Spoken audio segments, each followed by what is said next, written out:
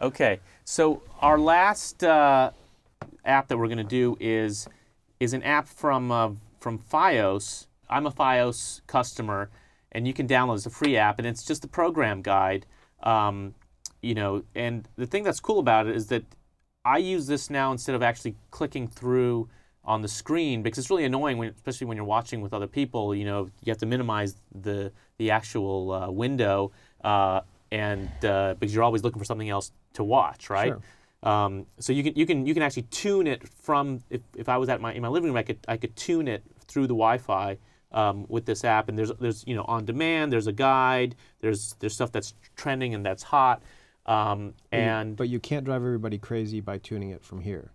Right. So if the kids are watching like Dinosaur Train and you change a channel right now to Judge Judy, they won't notice. They won't know. You know, it's all based on my local network, and like whether it's talking to my set-top box or not.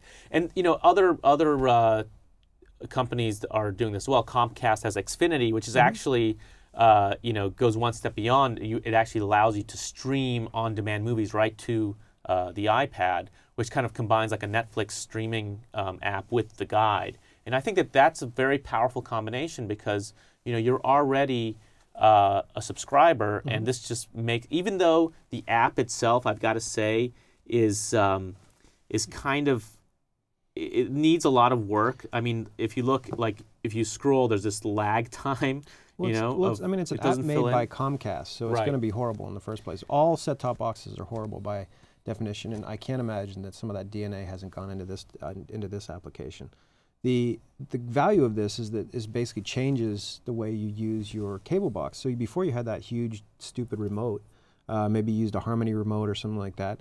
Now you have this, and the interesting thing is that everybody's going to start building these things out, because it just makes sense. You have this third screen in the living room that people are using, and they just tap on a TV show and they can start it up.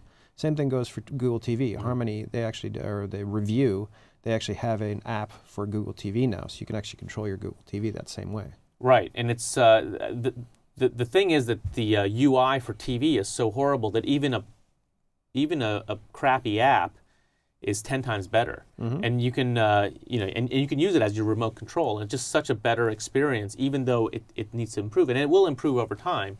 You would think, because as more and more subscribers use it, they're gonna. It will never will. It'll never will. It'll just continue to suck. I think that you're probably going to get on-demand streaming on this as well, which will be great, because then you know, then it becomes a second TV. So I'm going to give it a fly, just because I use it all the time. I'm going to give it a fly as well, but I just hate it because I don't have FIOS where I am in Brooklyn. Yeah. So I hate it, but I'm going to give it a fly. Well, I mean, that's the future, and it has to be done. So that's why I'm flying it.